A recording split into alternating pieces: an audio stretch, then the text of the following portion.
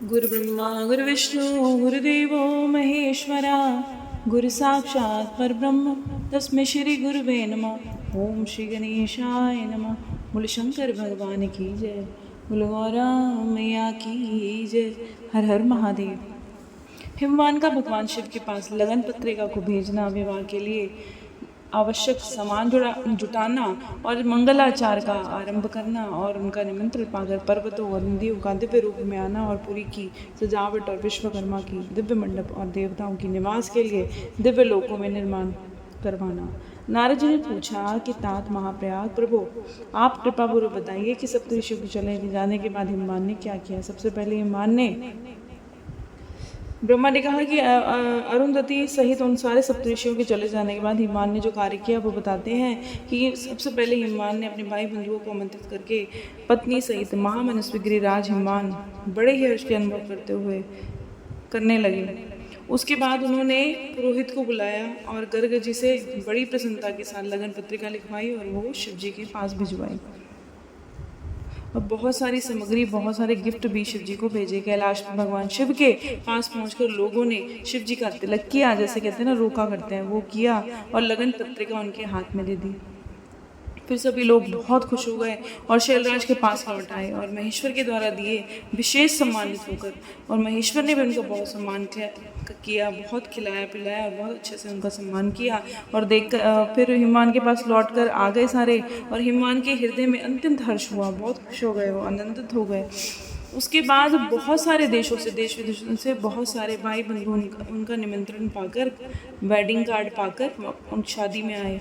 इसके बाद बड़े बड़े आदर उत्साह के साथ अन्न धन की जो विवाहोचित सामग्रियाँ संग्रह करने लगे। पहले तो आजकल जो है बहुत सारे बॉक्सेस आ गए या जो भी आ गए। पहले क्या था कि वो इकट्ठा किया जाता था बावड़ियों में, जैसे दूध दही घी मिठाइयाँ, जैसे एक सीमेंटेड गड्ढा बनाकर उसके अंदर वो सामान भर दिया जाता था। मक्खन पकवान और बहुत सारे स्वादिष्ट रस वाले जूसेस वगैरह सारे उन्होंने वो अरेंजमेंट किए और उसके सामग्रियों के पहाड़ से बन गए, सूखे पदार्थों के पहाड़ खड़े हो गए और द्रव्य पदार्थों की बावड़ियाँ बन गई, कुएँ बन गए। शिव जी के पार्षदों और देवताओं के लिए हितकर नाना प्रकार की वस्तुएं, बहुत प्रकार की वस्तुएं उन्होंने बहुमूल्य आग में दबाकर शुद्ध किए हुए स्वर्ण रजत और विभिन्न प्रकार के मणि रत्न की बहुत सुंदर सुंदर आभूषण ज्वेलरी जो थी, और वो उन्होंने एकत्रित की और उपयोगी द्रव्यों का विधिपूर्वक संग्रह करके गिरिराज ने मंगलकारी दिन में मांगलिक कार्य आरंभ कर दिए।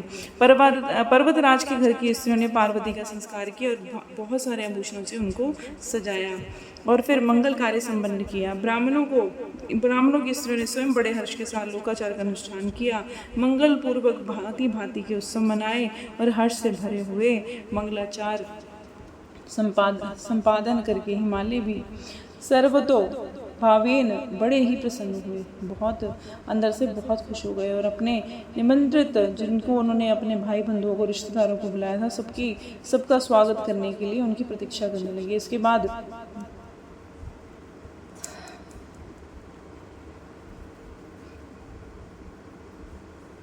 पर्वत द्रव्य रूप धारण करके अपने स्त्री पुत्रों के साथ, जो पर्वत हैं जो पहाड़ होते हैं वो सारे मनुष्य के रूप में आकर सारे उस शादी में आए। सारे द्वीप जो है समुद्र हो गए, सारे जितने भी जो समुद्र हैं पहाड़ हैं वो सब अपना शरीर धारण करके उस शादी के अंदर पहुँचे। शोभाभद्र आदि नद और संपूर्ण नदियाँ भी नर नारी के रूप में आ गई। जितनी भी नदियाँ थी वो नारी और नर के रूप में आकर उस समारोह में शादी में उपस्थित हुए। गोदावरी यमुना सरस्वती वेणी गंगा नर्मदा और सारी सरिताएं भी हिमवान के यहाँ की जितने भी थे सभी लोग आए उस शादी को देखने के लिए। बड़े उत्सव के साथ वहाँ पर झंडे फहराए जा रहे थे। बंधनवार होते हैं ना, दरवाजे पर लगाते हैं सुंदर सुंदर, वो फूलों के, और वो सारे वहाँ पर लगाए गए थे। सूर्य और सारी जगह इतनी सजावट थी कि सूर्य का तो दर्शन ही नहीं होता था। बहुत प्रकार की नीली पीली और पूरी की शोभा बढ़ा रही थी। नीले पीले सब तरह से वो रंग बिरंगे लग रहे थे। हिमालय ने बड़ी प्रसन्नता के साथ पधारी हुई सारी स्त्री पुरुषों का यथायोग्य सत्कार किया और उनको सुंदर सुंदर उनके लिए भवन बनवाए विश्वकर्मा से। शैलराज हिमालय ने प्रसन्न होकर महान उत्सव परिपूर्ण होकर नगर में विचित्र रीति से सजाना आरम्भ कर दिया। सड़कों पर झाड़ू लगने लगी और पानी का छिड़काव होने लगा और जितने भी पूरे शहर को पूरे जगह शादी की सब जगह सजाया गया। दरवाजे पर केले मांगरी वृक्ष लगाए गए, मांगरी द्रव्यों से युक्त किया गया। आंगन में केले के खंभों को सजाया गया। रेशम के डोरों से पल्लव बांधे गए, रेशम के डोरों को यूज़ किया गया पल्लव बांधने के लिए। खंभों के चारों ओर लगवा दिए गए मालती के फूलों की मालाएं सब ओर से लटका दी और सुंदर तोरणों से सुंदर तोरण बना के लगाए, प्रकाशमान कर दिया। चारों दिशाएं मंगल सूचक शुभ द्रव्य रखे गए थे और प्रांगण शोभा बढ़ा रहे थे। सब जगह खाने पीने की सामग्रियों से सब कुछ भरा हुआ था पूरे सत्कार के लिए और ऐसे शुभ लक्षणों से युक्त होकर बहुत प्रकार के से परिपूर्ण था वहाँ। परंतु असली वस्तुओं के समान जितनी भी सजावट विश्वकर्मा ने करी थी, अलग अलग तरह की मूर्तियों में सब कुछ ऐसा लगता था जैसे सब असली हो। उस मंडप की मनोरथा बढ़ गई थी और वहाँ सब और से अद्भुत वस्तुएं थी। मंडप का सबस्तर जान पड़ती थी ना, बहुत प्रकार की निराली वस्तुओं का चमत्कार छा गया था।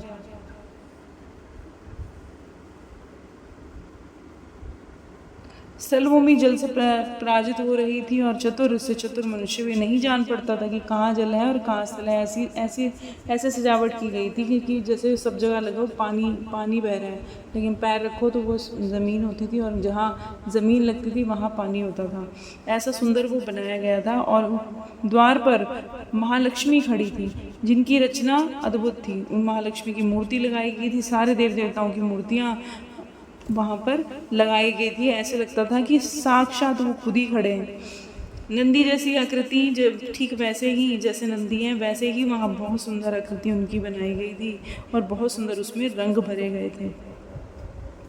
गरुड़ आदि समस्त पार्षदों युक्त भगवान विष्णु की कृत्रिम विग्रह विश्वकर्मा ने बनाया था। विष्णु जी का भी सुंदर चित्र विश्वकर्मा ने बनाया था। ऐरावत हाथी पे चढ़े इंद्र का भी बनाया था। ऐसे करके जितने देवी देवता हैं उनकी सबकी संरचनाएं विश्वकर्मा ने की थी। और उसके बाद गिरिराज विमान की आज्ञा से परम बुद्धिमान विश्वकर्मा देवता आदि के निवास के लिए उनके लिए सुंदर घरों का निर्माण किया और फिर देवताओं के लिए अंतिम तेजस्वी परम अद्भुत सुखदायक बड़े ही दिव्य सिंहासनों की भी रचना उन्होंने करवाई कि सुंदर सिंहासन पे सारे लोग बैठे। भगवान विष्णु के लिए क्षण भर में दूसरे वैकुंठ धाम का ही निर्माण कर दिया। सेम जैसे वैकुंठ धाम में वो रहते हैं वैसा ही उन्होंने भवन बना दिया।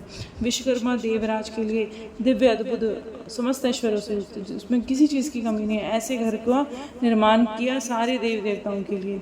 और फिर उस शादी को ऐसी शादी बनाया गया जिससे सारी दुनिया उसको देखती रह जाए और सब उसकी देख के प्रशंसा करने लगे। शिव की प्रसन्नता के लिए वहाँ ऐसी अद्भुत रचना की जो परम उज्ज्वल होने के साथ साक्षात महादेव जी के आश्चर्य में डालने वाली थी। इस प्रकार की सारा लौकिक व्यवहार करके हिमालय बड़ी प्रसन्नता के साथ भगवान शंभु के शुभ आगमन की प्रतीक्षा करने लगे। देवऋषि हिमालय का वह सारा आनंददायक वृतांत मैंने तुमको कह सुनाया। अब और क्या सुनना चाहते हो? बोल शंकर भगवान की जय, बोल गौरा मैया की जय।